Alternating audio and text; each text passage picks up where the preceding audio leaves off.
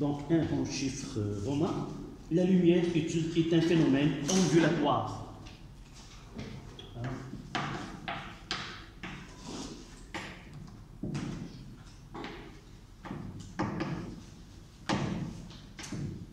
La lumière est un phénomène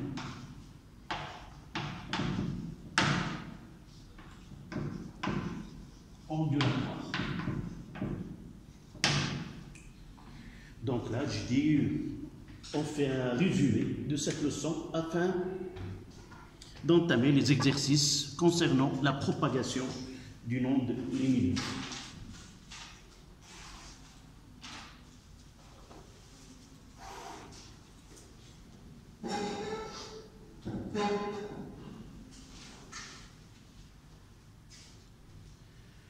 Donc, cette leçon vient juste après avoir étudié les ondes mécaniques. Et nous avons étudié les ondes mécaniques progressives et les ondes mécaniques progressives périodiques. Qu'est-ce que nous avons dit à propos de ces ondes mécaniques?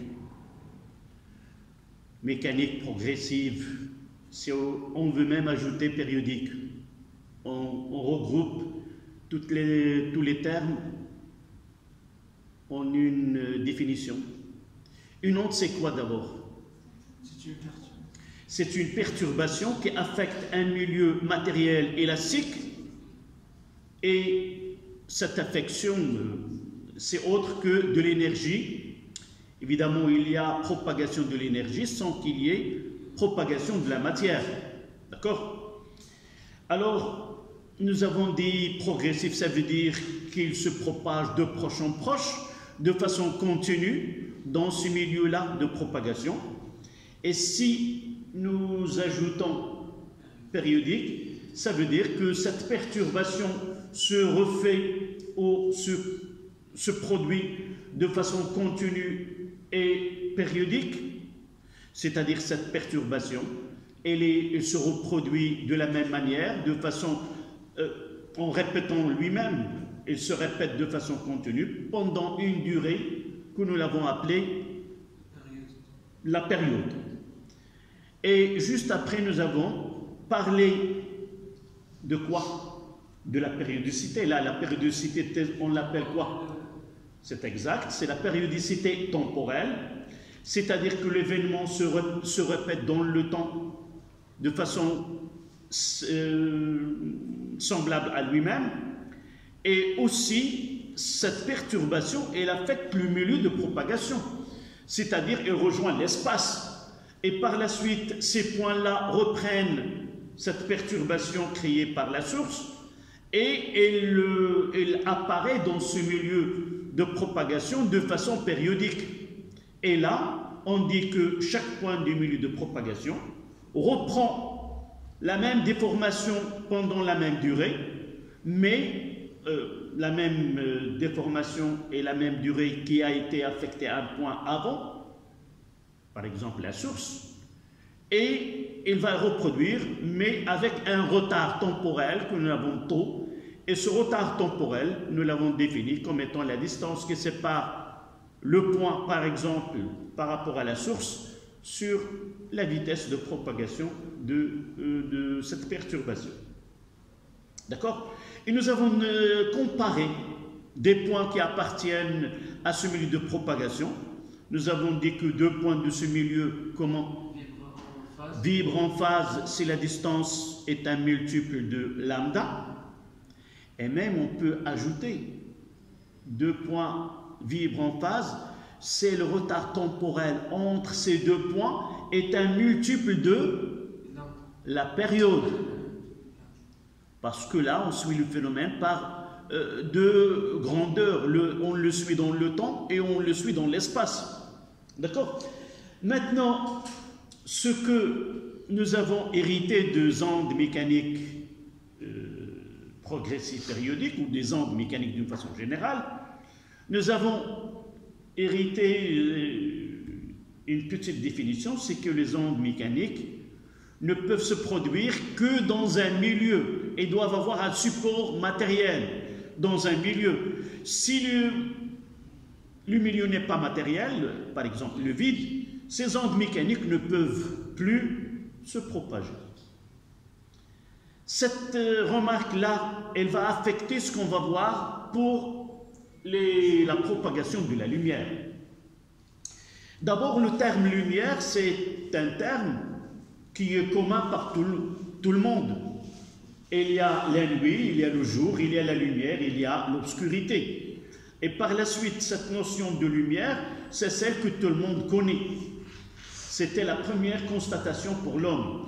Et par la suite, on va le garder comme un terme scientifique, un terme qui appartient à la physique. D'accord? Et on va essayer de lui donner une définition propre à la physique. Ça vient de ce qu'on connaît, de la vie courante, mais on va lui donner la définition qui est quoi? Physique. On va prendre comme référence, nous avons dit que les ondes mécaniques subissent quoi? Un phénomène qu'on appelle la diffraction. Et à partir de cette propriété des ondes mécaniques, nous disons qu'un phénomène qui est une onde subit le phénomène de la diffraction. C'est quoi la diffraction? D'abord,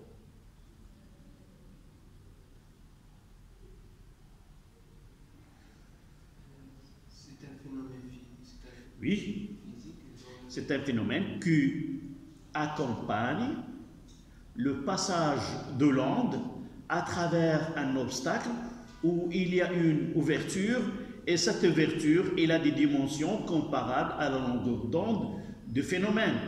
Et on voit de l'autre côté, c'est un changement brusque de la direction de l'onde, c'est-à-dire tout simplement on trouve l'onde dans une région donnée où normalement on ne doit pas être. Mais l'interprétation physique, c'est quoi? C'est que au-delà de cet obstacle, il se produit un phénomène de superposition de l'onde. Cette onde-là, au niveau de l'ouverture, elle crée ce qu'on appelle des ondes violettes, mouwayjat, et ces ondes-là, ça c'est l'explication qu'a donné un physicien qui est Christian Huygens. C'est lui qui a donné l'explication que tout le monde ne savait pas avant lui. On connaît le phénomène de la diffraction, mais on n'arrive pas à lui donner une explication. C'est quoi? J'ai dit, au niveau de la source, cette onde-là, on peut dire qu'il y a plusieurs ondes, des ondes de lettres, mouwayjat, et ces ondes de lettres-là se superposent dans le champ et dans le phénomène de superposition. Nous avons déjà parlé de superposition de deux ondes. Qu'est-ce que nous avons dit? Rappelez-vous, j'ai dit pendant le cours, on aura besoin par la suite de cette explication lorsqu'on parlera de la diffraction de la lumière ou même de la diffraction des ondes mécaniques. Quand deux ondes se rencontrent, oui. Ils ne changent pas de direction. Elles gardent la même vitesse, la même direction, mais dans le champ de superposition, il y a un phénomène, soit que la superposition est constructive, ça veut dire que l'élongation de la source en un point donné est la somme des deux et donne une élongation qui est plus grande, soit qui a une valeur minimale. Tout simplement, on parle d'une construction. Onde plus onde donne une onde qui est avec une amplitude plus grande, ou dans certains cas, on peut avoir une atténuation de l'onde dans cette région de superposition. C'est-à-dire, on peut avoir une élongation qui est nulle. Et juste après, chaque onde, elle va conserver ses caractéristiques. شرحوا بالعربية وأن ملي كيتلاقاو جوج ديال الموجات كتوقع ظاهرة تراكم. موجة مع موجة أخرى، إما أن الوسع كيصبح مضاعف أو الوسع يمكن يصبح أقل أو يمكن يصبح صفر. إذا كانت وحدة عندها استطالة موجبة نحو الأعلى وأخرى عندها استطالة بنفس المقدار ولكن سالبة، في هذه النقطة المجموع يساوي صفر. يعني كيكون عندنا تراكب بناء أو تراكب إتلافي، يعني ذاك الموجة تتلف في ذلك المكان. ماذا نفهم من هذه ظاهرة التراكب؟ هو أن إذا تلاقت موجة صوتية مع موجة صوتية في واحد الوسط يمكننا نحصلوا على صوت بشدة أعلى في مكان ما، ويمكن في نقطة ما غادي نسمعوا حتى شي صوت. هو هذا اللي كنسميوه التراكب إتلافي، ما غادي نسمعوا حتى شي حاجة. Donc, ce phénomène-là, c'est le phénomène de diffraction qui est propre aux ondes. En contrepartie, si nous avons un phénomène que nous ne connaissons pas, par exemple la lumière, on sait la lumière, elle éclaire d'une façon continue ou là où nous vivons, mais il n'apparaît pas ce que nous avons défini comme une onde. Tout simplement parce que c'est un phénomène qui, la longueur d'onde, elle est très petite, ou la fréquence elle est très petite, de telle façon que l'œil est incapable de voir ce qui se produit. D'accord? Et pour cela, si nous essayons de chercher c'est quoi la lumière, parmi les expériences qui ont été faites à la lumière, c'est le phénomène de la diffraction. Et dans le phénomène de la diffraction, nous avons traversé la lumière à travers une fente, soit un trou qui est circulaire, soit une ouverture rectangulaire, et en réglant les dimensions de l'ouverture, nous avons constaté un phénomène de la diffraction. C'est quoi ce phénomène? Nous l'avons schématisé peut-être là. Si nous utilisons un trou là, on observe sur l'écran des taches lumineuses séparées par des taches qui sont extinctées ou sombres. نلاحظ على الشاشة عبارة عن دوائر مضيئة تفصلها دوائر مظلمة وكتكون المسافة بينها مسافة متقايسة. Donc dans ce cas-là, qu'est-ce que ça veut dire la lumière et obscurité? Ça vient de la diffraction. Nous avons dit que la diffraction صوت زائد صوت يمكن أن يعطي صمت. هي أننا ملي كيتلاقاو جوج موجات ما عنده كيعطينا إتلاف، وإتلاف ديال الصوت هو صمت. إذا من المفارقات ديال دائرة الحيود هذه هي أن صوت زائد صوت يمكن أن يعطي صمت، وضوء زائد ضوء يمكن أن يعطي ظلام. طبيعة الحال كتعرف بأن صوت زائد صوت كيعطي صوت، هذه ما فيهاش نقاش، وضوء زائد ضوء كيعطينا ضوء، ولكن في شروط معينة ماشي أي كان، وفق شروط محددة يمكن لضوء مع ضوء أن يعطي ظلام. وبالتالي عندما نلاحظ هذه الدائرة نقول بأن فعلا أن الضوء عبارة عن موجة، وأن للضوء جانب موجي، un aspect ondulatoire. Donc le phénomène de la diffraction nous permet de dire que la lumière est une onde. Pourquoi? Parce qu'elle a subi le phénomène de la diffraction. Sauf que cette lumière-là, de point de vue constitution, ce n'est pas la même que celle. L'énergie mécanique qui se propage dans un milieu n'est pas la même que l'énergie dans une onde lumineuse. Une onde mécanique, par exemple ma voix, elle se propage dans un milieu, ce sont les cordes vocales à l'intérieur de ma bouche qui réalisent un mouvement de l'énergie mécanique. Évidemment, après une séance de cours, je me sens fatigué, c'est de l'énergie que j'ai perdue. Donc cette énergie-là dans ces muscles-là, c'est de l'énergie mécanique qui se propage. Mais pour la lumière, ce n'est pas de l'énergie mécanique, c'est une énergie qu'on appelle électromagnétique. Il y a deux champs, un champ électrique E et un champ magnétique qui sont perpendiculaires. Ils varient de façon périodique, et dans certains cas, si on connaît l'expression de E et l'expression de B, on peut dire que l'onde est une onde électromagnétique sinusoïdale. Ça veut dire que ce champ E et ce champ B varient selon une fonction. E est égal à E0 cosinus de pi fois petit t sur grand T, et grand T, c'est la période. D'accord? Donc on va mettre un 1, propagation de la lumière.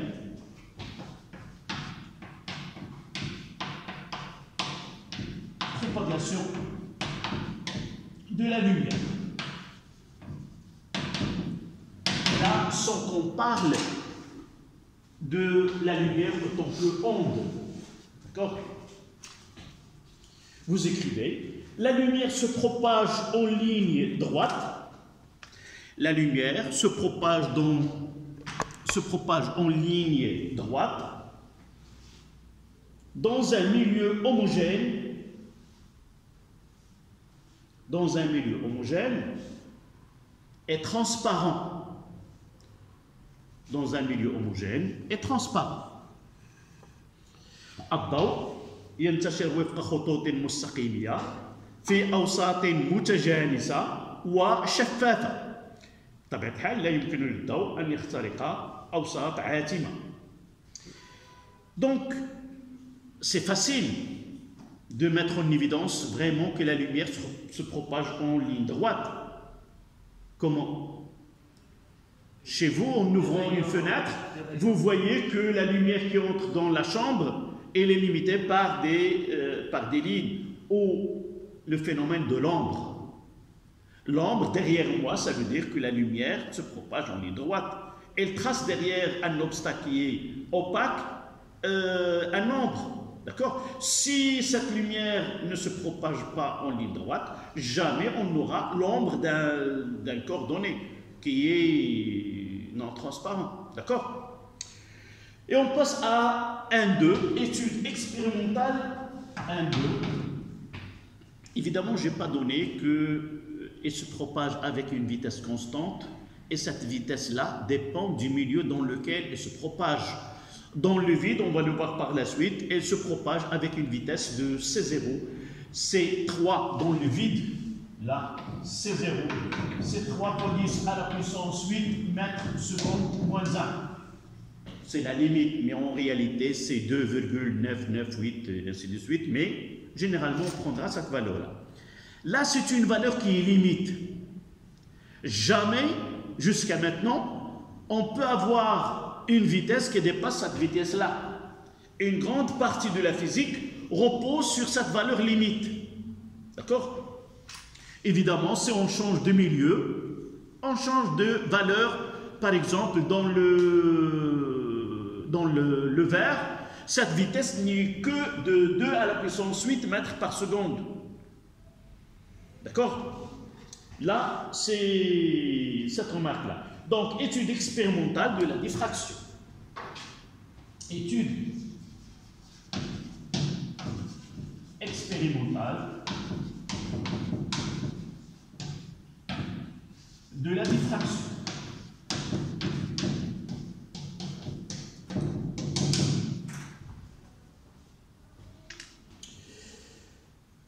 Je vais vous envoyer par la suite dans le groupe WhatsApp de votre classe l'expérience que nous avons fait ici. Là, on fait un petit résumé, vous n'étiez pas présent, mais pour faire des exercices, on va essayer de revenir vers l'arrière et parler des grandes parties du cours. Donc, étude expérimentale de la diffraction. On utilise, vous faites le schéma en même temps que moi, une source de laser, c'est G ici, avec lequel nous avons fait l'expérience.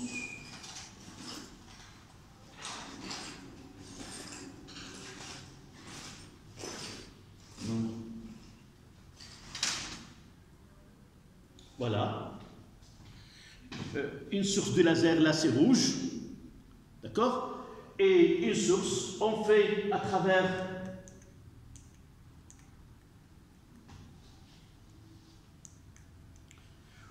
un diaphragme ou une ouverture, on observe ce que se passe derrière ce diaphragme. Donc là,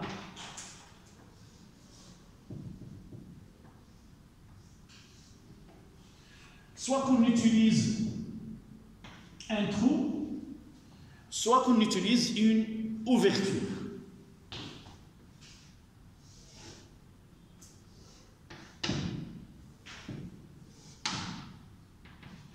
Et là, on observe une tache centrale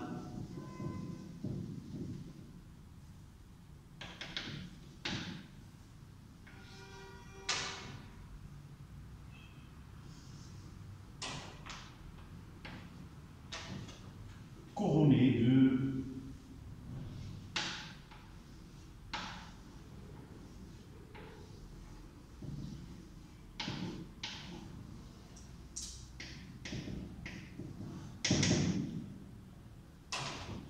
on fait que quelques-uns là, c'est R.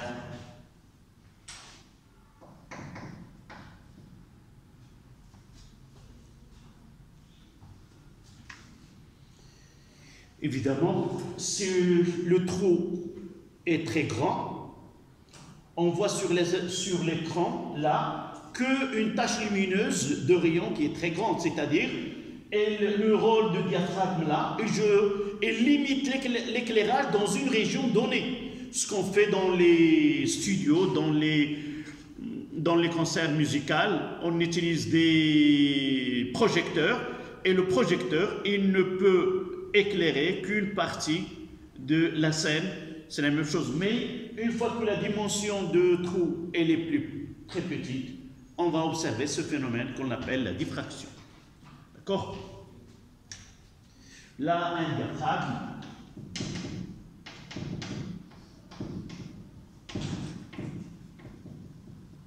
Et là, un écran.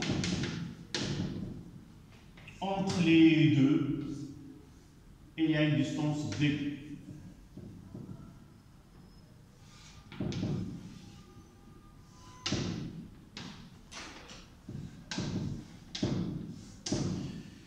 Évidemment, si on utilise, je fais un petit schéma ici, si on utilise une fente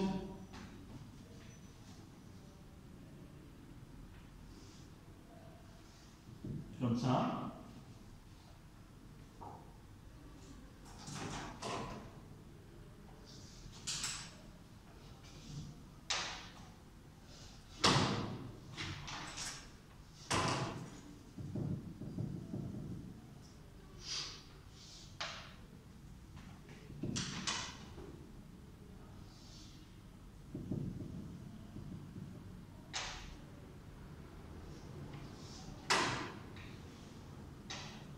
va observer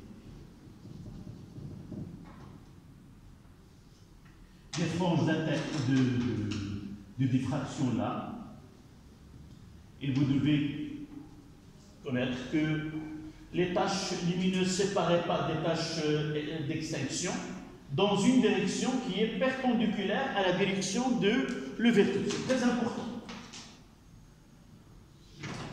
Parfois, on pose cette question. Donc, le phénomène de diffraction peut être observé soit par un trou, soit par une ouverture rectangulaire. On va voir dans des exercices, et c'est le moment de le dire, que ce phénomène de diffraction peut être observé à des cas semblables.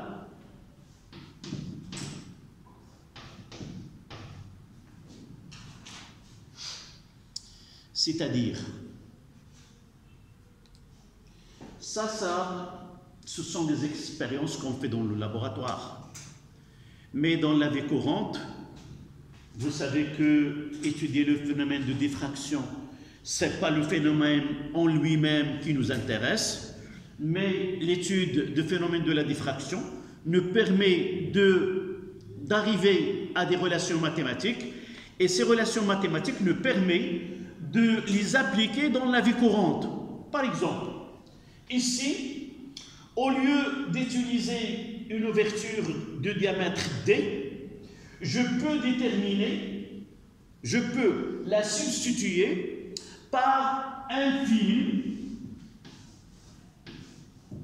Au lieu d'avoir là c'est compact et là un trou, là on aura un fil juste. Au lieu de passer par l'ouverture là, elle passe à travers le fil. Si le fil est de même diamètre que l'ouverture, ce que nous observons ici, il est le même qu'on va l'obtenir avec ce fil-là. C'est-à-dire une tache centrale qui a une largeur L. Évidemment, on garde la même distance entre l'obstacle, entre le diaphragme et l'écran, et aussi on garde la même longueur d'onde utilisée.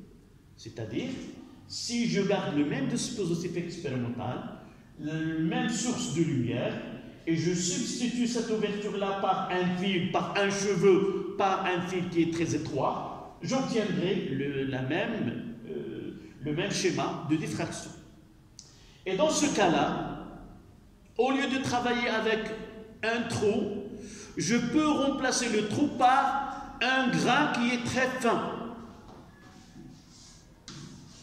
Un grain. Au lieu de traverser le trou, elle va traverser ce grain. Et par la suite, si je garde les mêmes distances, même longueur d'onde, ce que j'obtiens sur l'écran, il est le même que celui, à condition que là, il y a un rayon R, et j'aurai là, ce grain, un rayon R. Là, on va voir dans un exercice, c'est une technique qu'on applique pour déterminer les dimensions. L'exercice qu'on va voir, c'est comment déterminer ou choisir les grains que fait le chocolat. Vous voyez que le chocolat forme des grains.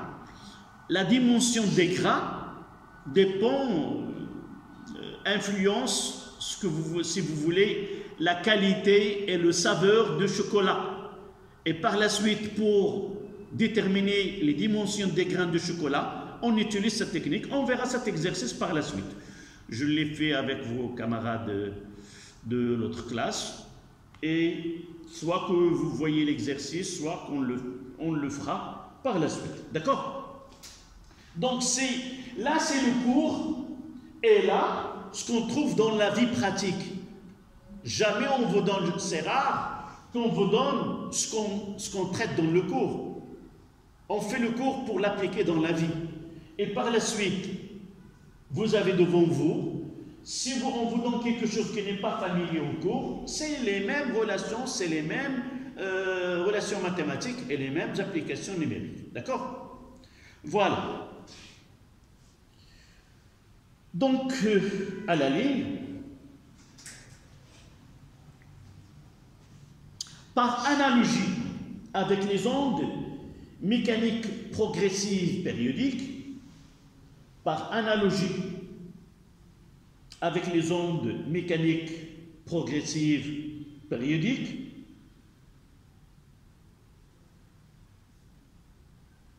on obtient un phénomène semblable avec la lumière.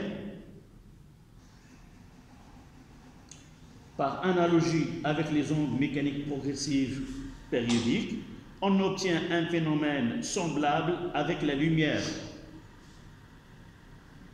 Virgule, la diffraction.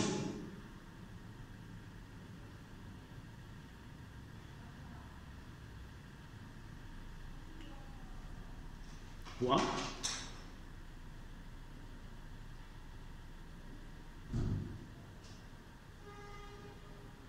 La lumière a donc un aspect ondulatoire. La lumière a donc un aspect ondulatoire.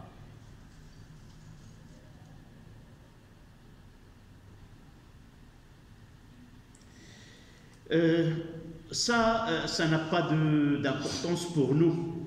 Maintenant, on parle d'un aspect ondulatoire, c'est-à-dire il peut avoir un autre aspect qui n'est pas celui que nous disons. Généralement, on dit que la lumière est une onde, mais il vaut mieux de dire que la lumière a un aspect ondulatoire. Vous allez étudier par la suite, Inch'Allah, que la lumière elle a un autre aspect autre que l'aspect ondulatoire. On l'appelle l'aspect corpusculaire. Parce que le comportement de la lumière, là, se comporte comme une onde et par la suite on lui donne cet aspect ondulatoire. Mais on verra par la suite étudier d'autres phénomènes physiques qui nous permet de dire que la lumière elle a un aspect corpusculaire. Donc, dans l'examen, c'est Non, pour nous, là, ça c'est pour votre information. Mais pour nous, la lumière est une onde. On pousse même vers l'extrême. La lumière est une onde. On ne connaît rien. La question, est-ce que la lumière est une onde? Donc on va dire. Non. Oui, mais la question n'est pas directe comme ça. On fait une expérience là. On fait une expérience. On vous donne, qu'on observe sur l'écran, la figure numéro 1. Et juste la question qui va être posée, quel est le phénomène observé? Et conclure. Le phénomène observé, c'est la diffraction. Donc, on dit que la lumière est une onde, ou il a un aspect ondulatoire. Tu as le choix. D'accord؟ غير كي خص يكون علاش كنتكلم خص يكون واحد النوع من رؤيه مستقبليه اللي غادي نقرا. كنتكلم على ان الضوء له مظهر موجي، ولكن عندما اقول الضوء موجه كنحبس، ولكن ملي كنقول الضوء له مظهر موجي فكنقول سي ان اسبي. قد يكون هناك مظهر، وفي الحقيقه في التعليم العالي ديالك غادي تعرف بان الضوء عنده مظهر جسيمي بحال الجسم، لان ملي كيتفاعل هذا الجسم بواحد الطريقه كيبين انه كيتفاعل بحال الا هو جسم. داكوغ؟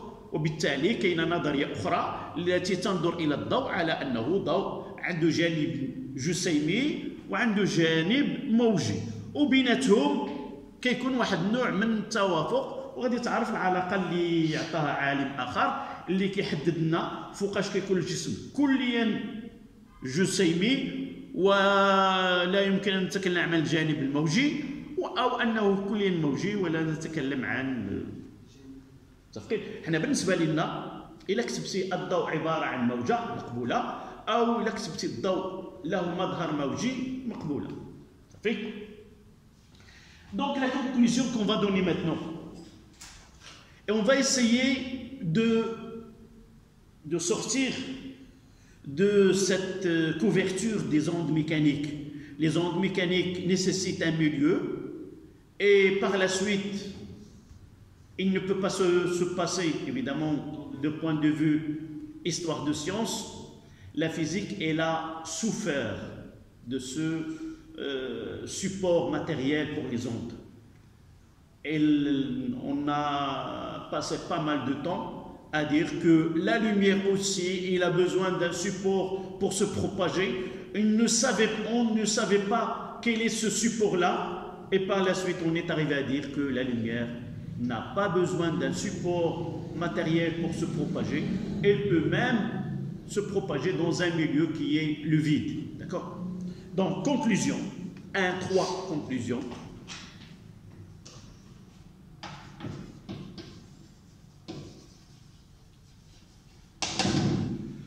Voilà.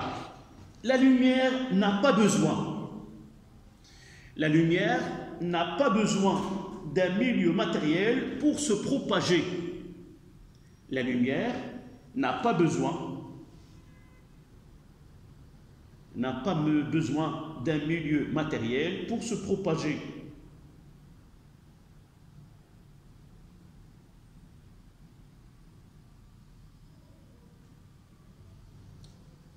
Point la ligne. La lumière est une onde électromagnétique. La lumière est une onde électromagnétique. Je ne sais pas si j'ai... Je ne l'ai pas ici. Un de vos camarades, il a fait... Oui, il n'est pas là. Donc la lumière est une onde électromagnétique qui correspond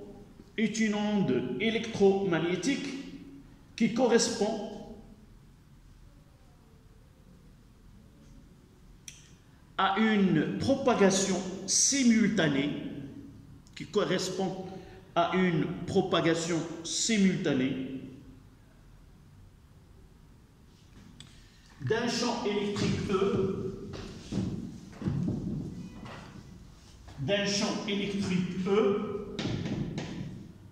et d'un champ magnétique B.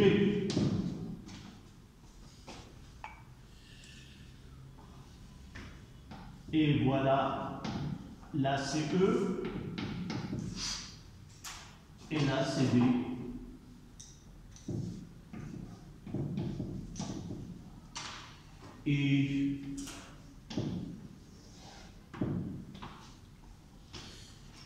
Et je vais essayer de montrer. Là, si l'onde est une onde électromagnétique sinusoïdale, donc la forme là, elle sera comme ça.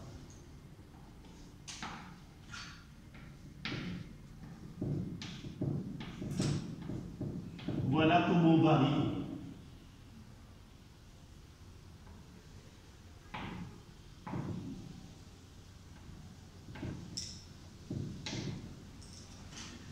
Et le champ B,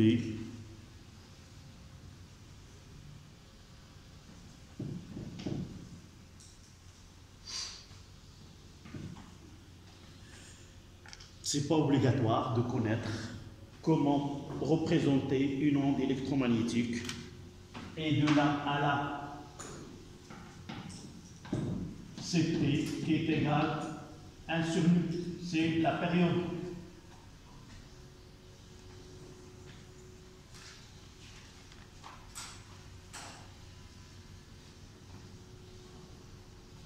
Et la dernière phrase, on le trouve dans des exercices, c'est comment qualifier une onde électromagnétique ou une onde lumineuse. D'abord, pour la nomination, soit qu'on dit la lumière, et si on veut un peu de précision, une onde lumineuse, si on veut plus, une onde électromagnétique. Et la question qu'on demande, nous avons déjà qualifié les ondes mécaniques comme étant des ondes soit transversales, soit longitudinales. Là, on peut poser la question sur les ondes lumineuses.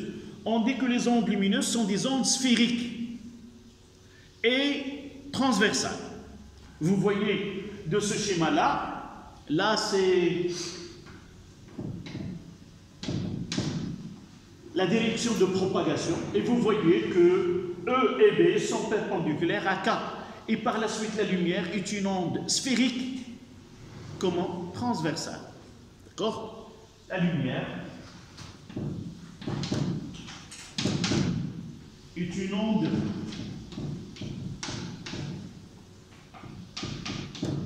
sphérique transversale.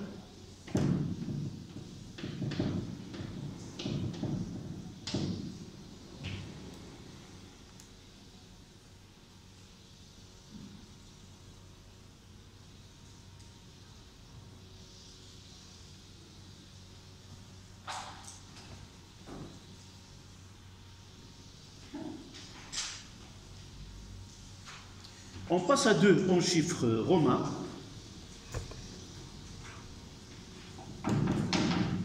Les caractéristiques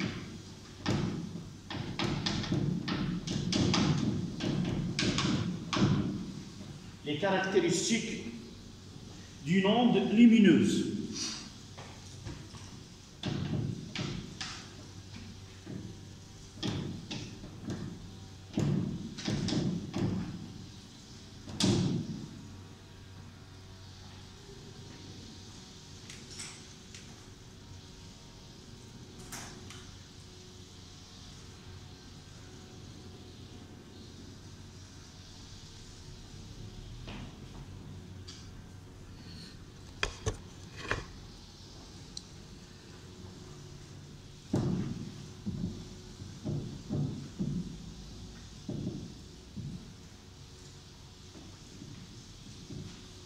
Généralement, on qualifie une onde, ce que nous voyons là, c'est de la lumière blanche, et pour nous, généralement avant, mais dans la nature, il nous a donné une expérience gratuite pour connaître que la lumière là, qui est la lumière blanche, celle que nous recevons du soleil, c'est une lumière qui est composée. Composée, ça veut dire quoi? Comment nous avons pu mettre en évidence que la lumière qui nous parvient du soleil, elle est formée de plusieurs lumières. L'arc-en-ciel. Donc l'arc-en-ciel, vous pouvez le produire chez vous, avoir de l'eau, essayez de mettre de l'eau, vous passez le soleil derrière vous et essayez d'utiliser de l'eau, éjectez de l'eau avec une force donnée pour donner des gouttelettes très fins et vous allez observer ce phénomène-là. Ça veut dire que la lumière, une fois qu'il traverse un milieu donné, elle se produit un phénomène qui nous donne cet arc-en-ciel. Donc on parle de la lumière polychromatique, ce sont des lumières qui sont formées par plusieurs lumières qu'on appelle monochromatiques. Comment peut-on connaître ou différencier une lumière monochromatique d'une lumière polychromatique? C'est ça le premier paragraphe, c'est 2A, lumière monochromatique. 2A, lumière monochromatique. En arabe, ضوء أحادي اللون.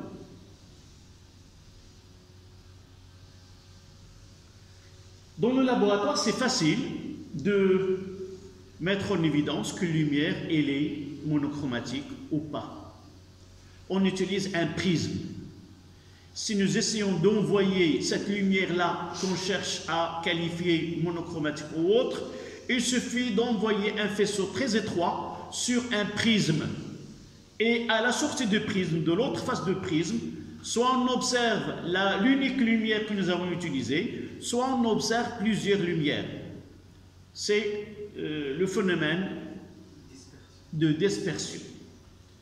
Les milieux sont des milieux, nous avons déjà parlé du phénomène de la dispersion. Oui. C'est quoi un milieu dispersif?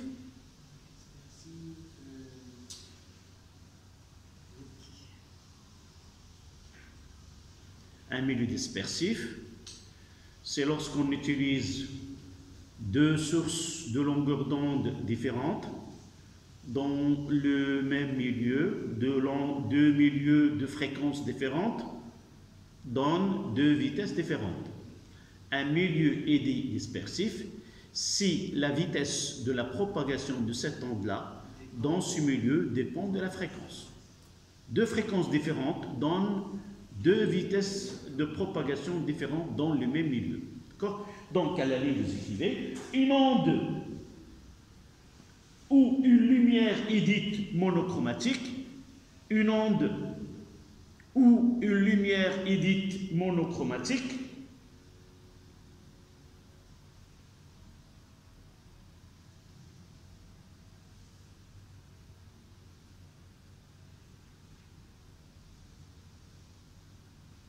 une onde ou une lumière est dite monochromatique, lorsque cette onde